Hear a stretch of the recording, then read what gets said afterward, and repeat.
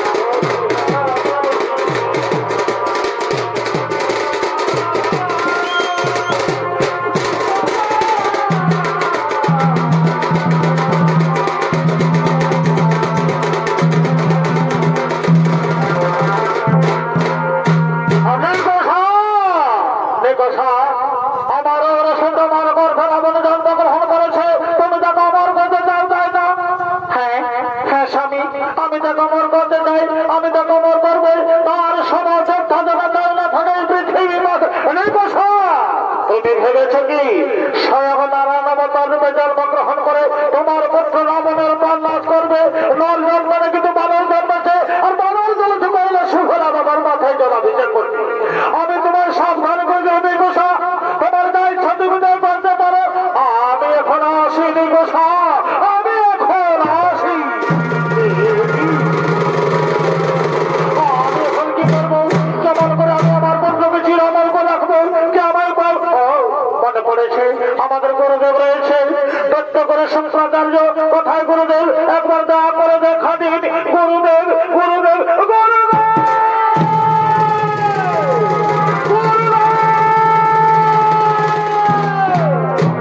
প্রণাম জন্য গুরুদেব।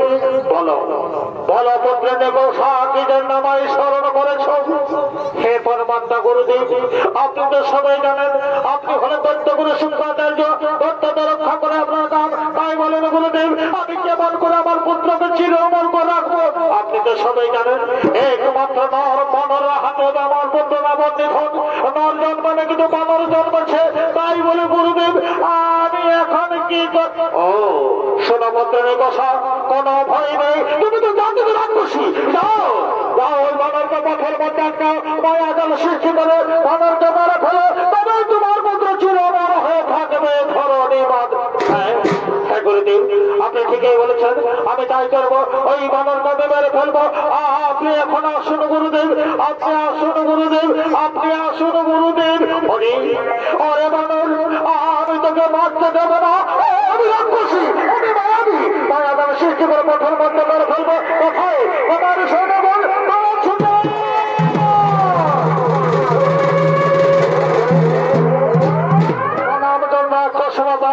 আদেশ করে আমাদের কি করতে হবে? ওরে ওরে আর থেকো না ক্ষমা করে, ওরে আর থেকো না ক্ষমা করে, আর নয়ন মিলে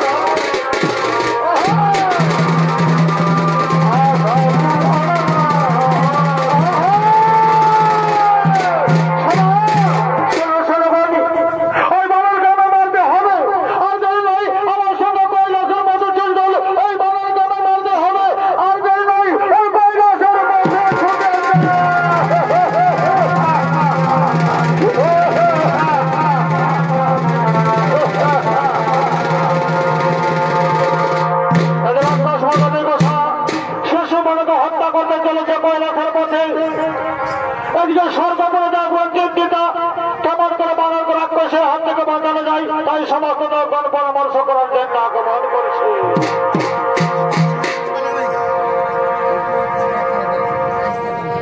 আমি বনমালী তুমি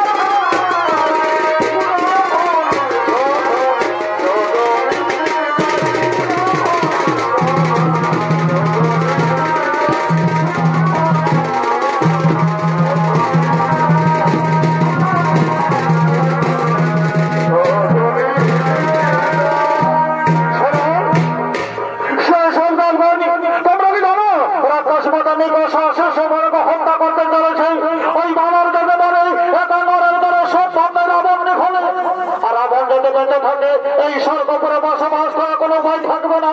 তাই বলি দেবগণ কেমন করে বানর রাক্ষসের হাত থেকে বাঁচানো যায় বলো বলো সব দেবগণ শোনো আমাদের গুরুদেব রয়েছে দেবগুরু বৃহস্পতি ওই বৃহস্পতি ছাড়া বানর শিশুটাকে রক্ষা করতে পারবে না। তাই আমাদের গুরুদেবকে ডাকি কথায় গুরুদেব একবার দেওয়া করে দেখা দিন গুরুদেব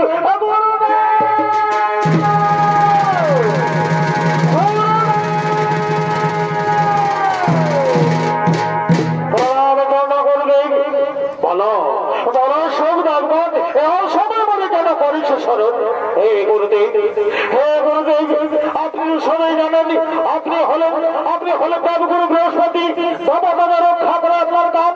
তাই বলুন গুরুদেব কেমন করে বানর শিশুকে রাক্ষসের হাত থেকে বাঁচালেন। ও আমি সবাই বুঝতে পারছি তোমাদের মনের অবস্থা কোনো ভয় নেই। শোনো সব দেবগণ ওই দূরের কথা পৃথিবীর সমস্ত শক্তির একত্রিত হনুমানকে আক্রমণ করে তাও পারবে না কারণ সে হল স্বয়ং শিবের অবতার। শোনো, আমি নিজে যাবো সেখানে, যুদ্ধ বন্ধ করে নিকষকে ফিরে দেবো লঙ্কাই, কোনো ভয় নেই। শোনো সর্দারগণ, এখন নিজ নিজ গৃহে সকলে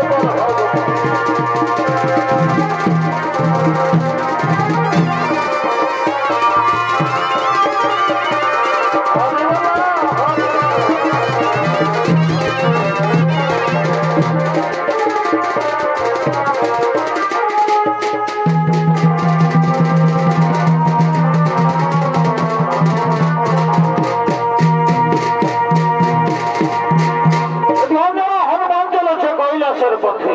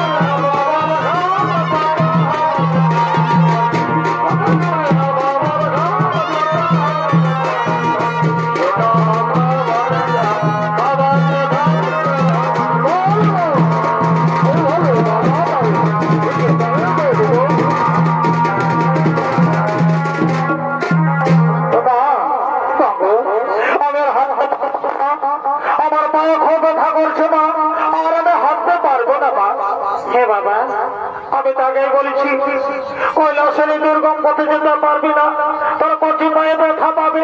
মা হয় আমি কেমন করে দেখবো বাবা? হে ভগবান, আমার উপায় বলে দাও, কেমন করে যাবো কৈলাসের দুর্গম পথে ছোট্ট শিশু নিয়ে? আমার উপায় বলে আমি হাঁটতে পারবো না মা, আমার পায়ে খুব ব্যথা করছে মা। তাই বলছি আমরা বাড়ি ফিরে না। না বাবা হনুমান, বাড়ি ফিরে যাওয়ার কথা বলিস না বাবা। ওরে বাবা হনুমান, ওরা বাবার মাথায় জলাভিষেক না করলে তোর পিতা কথার কবর থেকে মুক্তি পাবে না বাবা।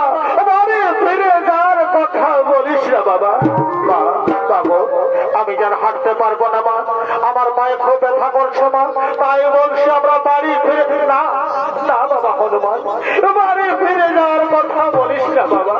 ওরে বাবা হনুমান, তুই ছোট ছেলে বাবা, তুই কেমন করে জানবি প্রতিটি নারীর জীবনে তার স্বামী হারার কত জ্বালা।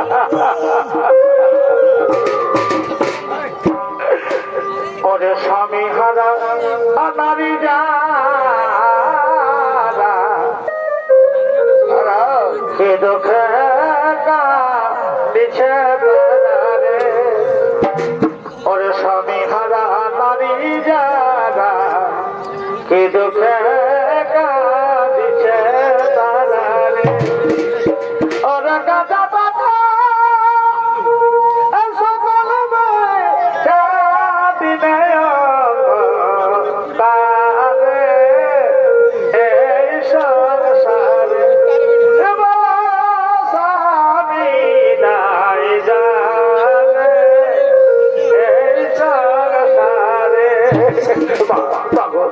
আর তুমি কেঁদো না মা।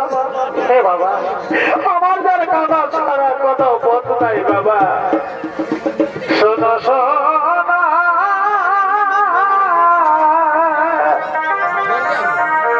ওরে বাছা,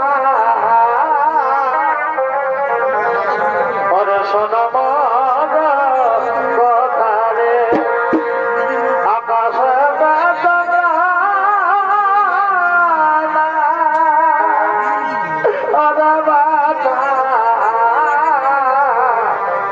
ওরে আছিস একটা তারা রে।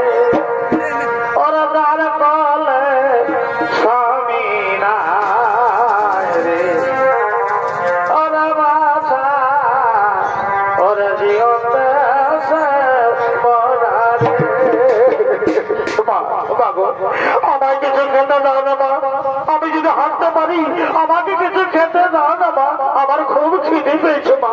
হে বাবা, আমি কোথায় কি পাবো বাবা? কৈলাসের দুর্গম পথে আমি যেমন অসহায় নিঃস্বারিক্ত ভাগিনী মা। মা পাগল, আমার খুব খিদে পেয়েছে মা, আমায় কিছু খেতে দাও মা, আমি আর খিদের জ্বালা সহ্য করতে পারছি না। আয় আয় বাবা হনুমান, কাঁদিস না বাবা, এই নগর নগরে ভিক্ষা করবো, তবে কৈলাসে যাবো বুড়া বাবার মাথায় জলাভিষেক করতে। নগরবাসী আমায় কিছু ভিক্ষে দাও না, আমার ছেলে দুদিন ধরে কিছু খায়নি, খিদের জ্বালায় ছটফট করছে, আমায় কিছু ভিক্ষে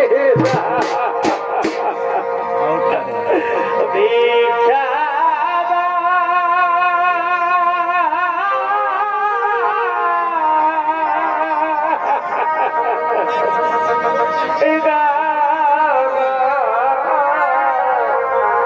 নগরবাসী আমার ছেলে উপবাসী। মায়েরা বোনেরা, তোমাদের মনে দয়া মায়া বলে কিছু নেই, আমার ছেলে খিদের জ্বালায় ছটফট করছে, আমায় কিছু ভিক্ষে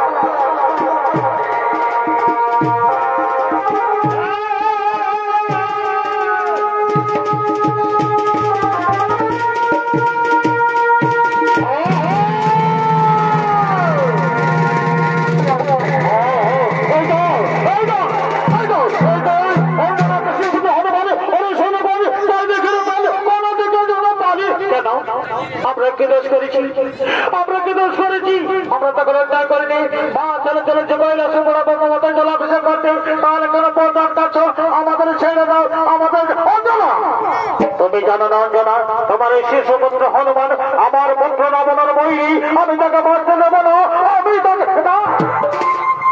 মারতে দেবো না, আমি তাকে মারতে দেবো না।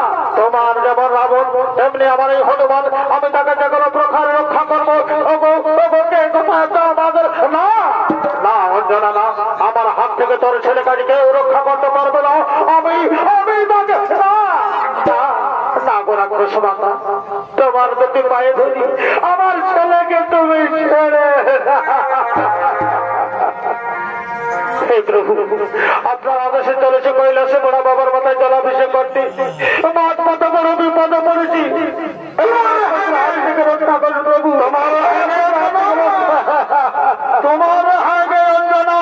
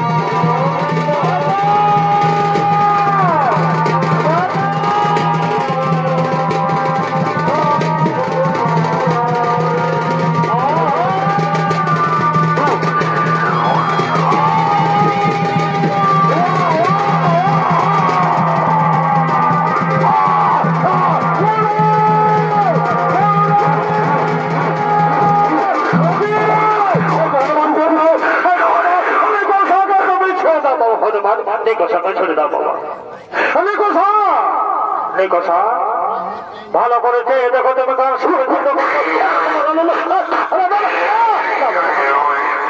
নিকষাকে ছেড়ে দাও বাবা হনুমান। নিকষা ভালো করেছে দেখো তুমি কার সঙ্গে যুদ্ধ করছো। তুমি তো দূরের কথা পৃথিবীর সমস্ত শক্তি যদি হনুমানকে আক্রমণ করো তাও পারবে না, কারণ সে হলো সর্বশিবের অবতার। নিকষা একটা কথা মনে রাখবে, আমরা সবাই চলে যাব, কিন্তু হনুমান যুগ যুগান্তরে ভরে থাকবে পৃথিবী মাথারে। যতদিন পৃথিবী ততদিন হনুমান থাকবে, কিন্তু আমরা কেরকম সবাই চলে যাব। তুমি ভুল করেছো, তুমি অন্যায় করেছো, হনুমান শুভ কাজে তুমি বাধা দিয়েছো। হ্যাঁ হ্যাঁ গুরুদেব, আমি না জেনে শুনে তার পথ আটকেছি, আমাকে ক্ষমা করুন গুরুদেব। আমি কোনো অন্যায় তুমি ফিরে যাও, যাও নিকষা, তুমি লঙ্কায় ফিরে যাও।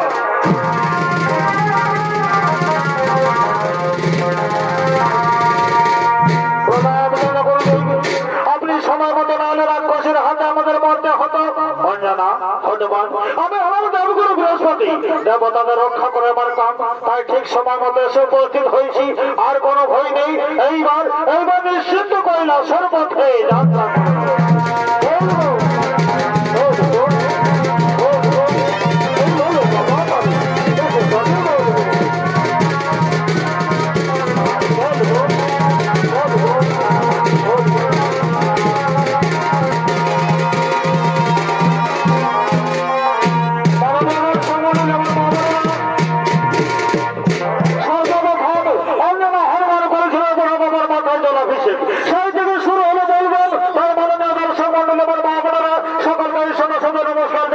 সমাপ্ত করলাম। ভোলে বাবা পারে লাগাইতে